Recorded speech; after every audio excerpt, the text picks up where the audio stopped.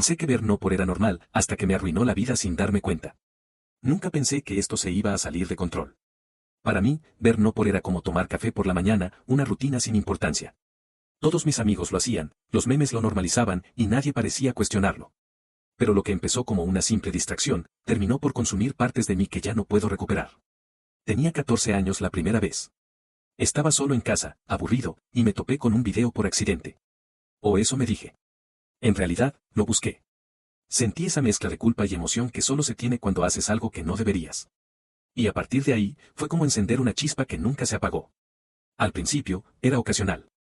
Luego, todos los días. Después, varias veces al día. Me convencía de que no pasaba nada. Podría ser peor, pensaba. Al menos no estoy tomando o drogándome. Pero lo que no sabía era que esto también era una droga. Solo que invisible. A los 17, ya no podía concentrarme sin pensar en ello. Me iba al baño en la escuela solo para buscar wifi.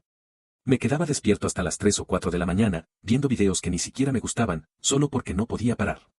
Y lo peor, fue cuando empecé a notarlo en mi cuerpo. Mi energía bajó. Mi motivación se fue. Dejé el fútbol, dejé de salir. Me volví una sombra de mí mismo. Pero lo más jodido de todo fue cómo empezó a afectar mi vida con las mujeres. Porque ahí fue cuando me di cuenta de que esto no era solo un hábito, era una trampa. Y lo supe, definitivamente, el día que estuve con ella, y no sentí nada. Nunca me había sentido tan avergonzado. Tenía 19, y había logrado lo que tanto soñábamos, salir con una chica que me gustaba de verdad. No era solo guapa, era divertida, real, conectábamos. Todo iba bien hasta que fuimos a su departamento después de una cita. Estábamos besándonos, ella se quitó la camiseta, y, nada. No estoy hablando de nervios. Literalmente nada. Mi cuerpo no respondió.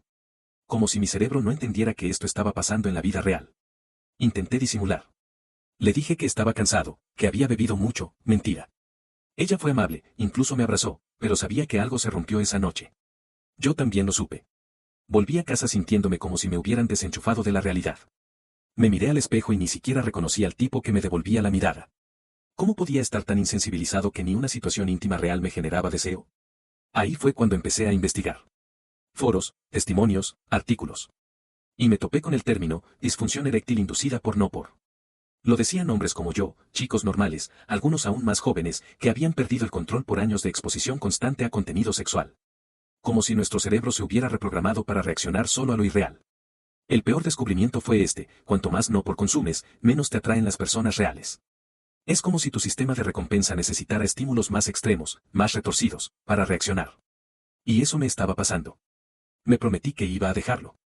Pero el problema es que no sabía cómo. Empezar fue fácil. Mantenerlo fue una pesadilla. Los primeros días sin no por fueron como una abstinencia silenciosa. No sudaba ni temblaba, pero algo en mí estaba gritando todo el tiempo. Me sentía irritable, ansioso, desconectado. Como si alguien me hubiera quitado un calmante que venía usando por años sin darme cuenta. Soñaba con escenas. Me distraía en clases, en el trabajo, caminando por la calle. Todo era un disparador. Todo parecía estar diseñado para tentarme. No podía estar ni 5 minutos en el celular sin sentir el impulso de abrir una pestaña incógnita. Y lo peor, nadie a mi alrededor entendía lo que estaba pasando. No podía contarle a mis amigos. ¿Cómo les explicas que tu mayor problema es que viste tanto no porque ya no puedes disfrutar del sexo real? ¿Quién te toma en serio? Intenté todo, desinstalé redes, me puse límites, empecé a meditar, a correr, incluso le conté a un terapeuta que me miró con cara de eso no es para tanto. Pero lo era. Porque esto no era solo una adicción física, era mental, emocional, incluso espiritual. Cada día sin recaer se sentía como una batalla. Algunos los ganaba. Otros no. Y entonces, un día, pasó algo que me hizo pensar que quizás, solo quizás, estaba empezando a sanar. Pero justo cuando creí que tenía el control, volví a caer. Mi última recaída fue la peor. No por lo que vi, sino por lo que me hizo ver.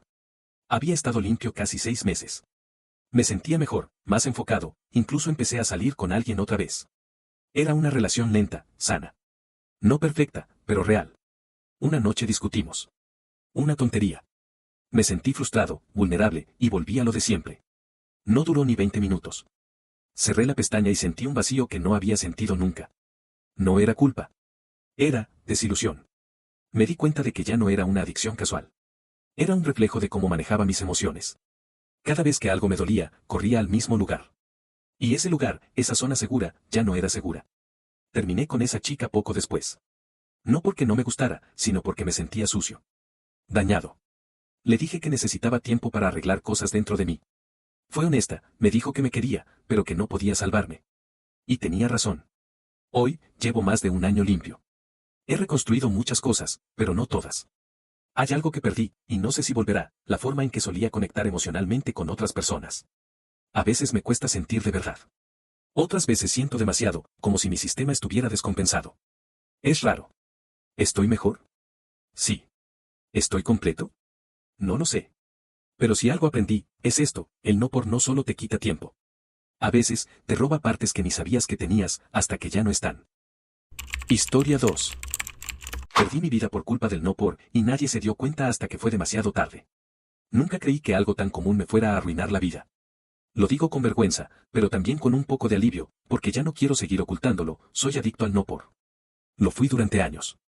Perdí personas, oportunidades, tiempo, y sobre todo, perdí la versión de mí mismo que alguna vez soñé ser.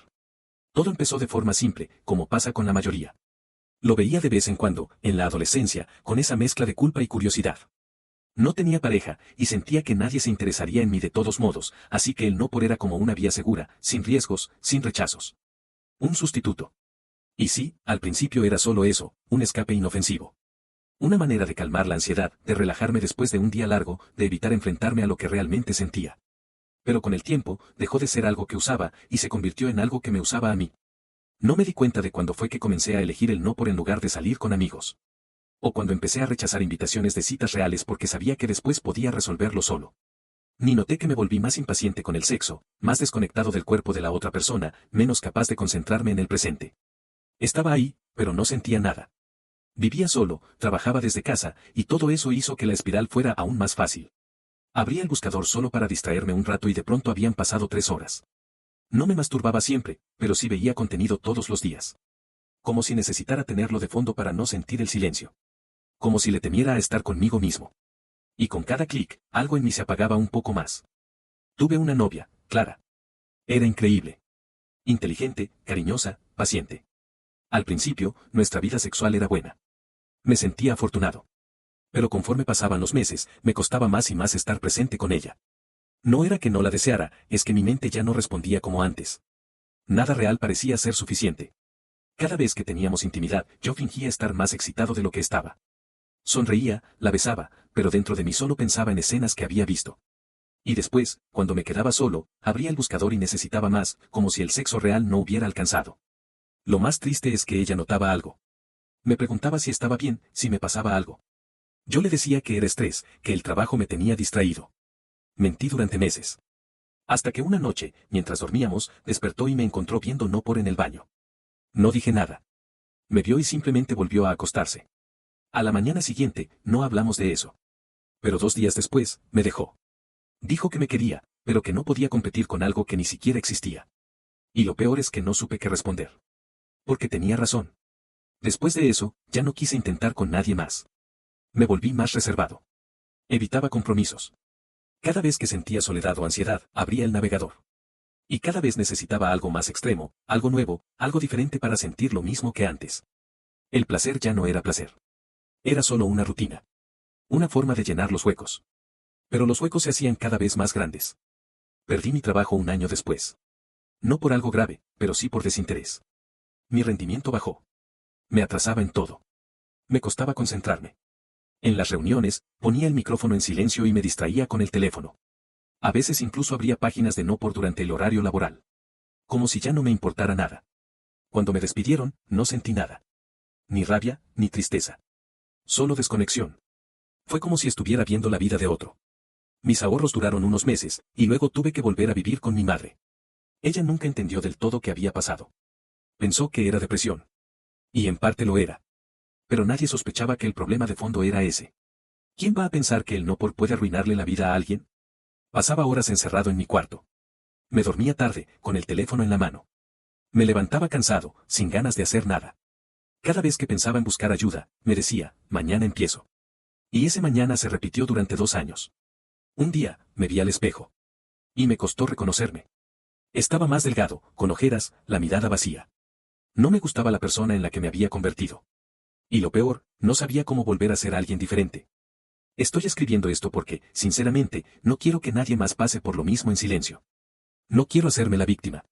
Nadie me obligó a nada. Pero el acceso fácil, constante, sin límites, me desprogramó. Me hizo pensar que el placer era inmediato, que el deseo se basaba en estímulos artificiales. Y cuando volví a lo real, no supe cómo conectar. Hoy llevo 5 meses sin ver no por. Es difícil. No se trata solo de dejar de mirar. Es más profundo. Es reaprender a estar con uno mismo, a tolerar el silencio, a buscar placer en lo auténtico, aunque no sea perfecto ni editado. Estoy en terapia. Estoy intentando reconectar con amigos, con mi cuerpo, con la vida. No estoy bien del todo, pero estoy despierto. Por fin. Y si alguien leyó esto y se sintió identificado, solo quiero decirte algo, no estás solo. No estás roto. Pero necesitas detenerte a tiempo. Porque yo, por no hacerlo, lo perdí todo. Y reconstruirse después cuesta mucho más que aceptar que tienes un problema.